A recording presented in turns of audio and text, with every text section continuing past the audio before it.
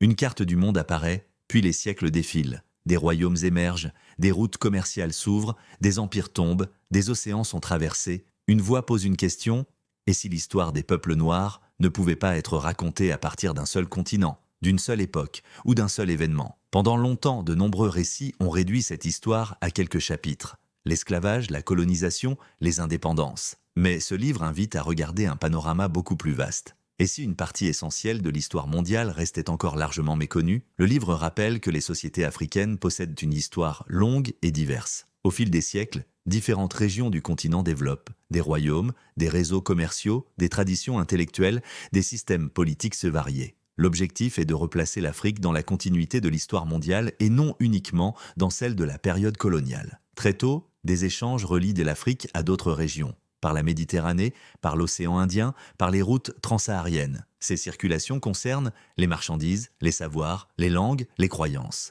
Avant les frontières modernes, les idées voyageaient déjà d'un continent à l'autre. L'ouvrage insiste sur la diversité des parcours. Les populations noires apparaissent dans des contextes très différents. En Afrique, dans les Amériques, en Europe, au Moyen-Orient, dans les Caraïbes. Leur histoire ne suit pas une seule trajectoire. Elle est faite de rencontres, de migrations et d'adaptations. Une partie importante du récit concerne les grandes ruptures, les traites négrières, les déplacements forcés, les systèmes coloniaux. Ces événements ont profondément transformé des sociétés entières et laissé des traces durables dans les mémoires. Comment des communautés dispersées ont-elles réussi à préserver une partie de leur identité? Le livre rappelle que cette histoire n'est pas seulement celle des souffrances. Elle est aussi celle des résistances. Des femmes et des hommes ont défendu leur liberté, leur culture et leur dignité. Les formes de résistance ont été nombreuses, politiques, culturelles, intellectuelles, sociales. Pour Maison Bantu, cette perspective est importante. Elle invite à considérer l'histoire des peuples noirs comme une histoire de contribution autant que d'épreuves.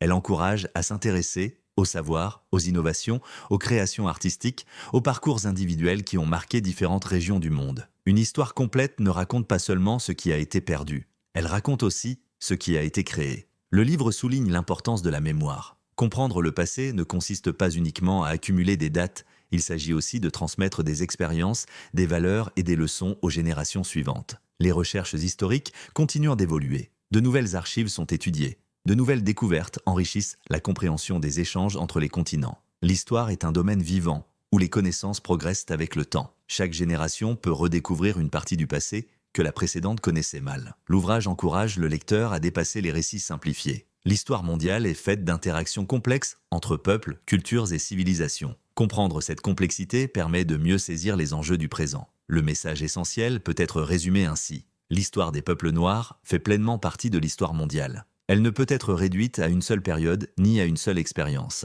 Elle est marquée par la diversité, les échanges, les épreuves, les créations et les contributions. L'histoire des Noirs dans le monde invite à élargir notre regard. Il propose d'aborder l'histoire des populations noires dans une perspective globale, en mettant en lumière la richesse des trajectoires humaines et la profondeur des héritages culturels. Son principal apport est de rappeler que l'histoire des Noirs est inséparable de l'histoire du monde. Si cette réflexion vous a intéressé, abonnez-vous à Maison Bantu. Parce que connaître son histoire, c'est aussi mieux comprendre sa place dans le monde. Et parce que les civilisations se renforcent lorsqu'elles savent transmettre leur mémoire avec rigueur, curiosité et ouverture.